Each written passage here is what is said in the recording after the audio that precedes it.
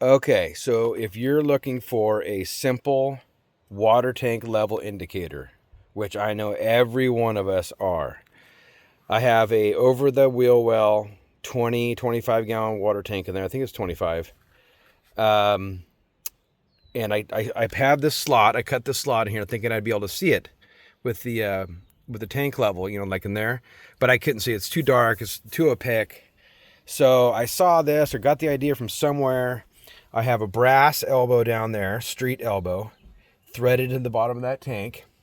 And then this should be a clear piece of pipe or hose, but I didn't have any. Just capped off with a nut and a band clamp. And then I just took a piece of foam, surfboard foam, and shaped it into a little pill shape and then covered it in resin. All you need is something floaty. And then shoved it, through the top here.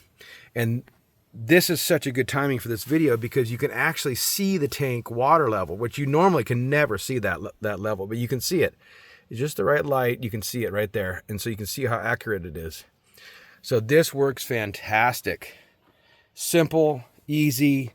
You just got to get to that drain. You need a low point with the hose going vertical. Somehow, if you're building a van or if you got this opportunity, you can do it. This is no electronics.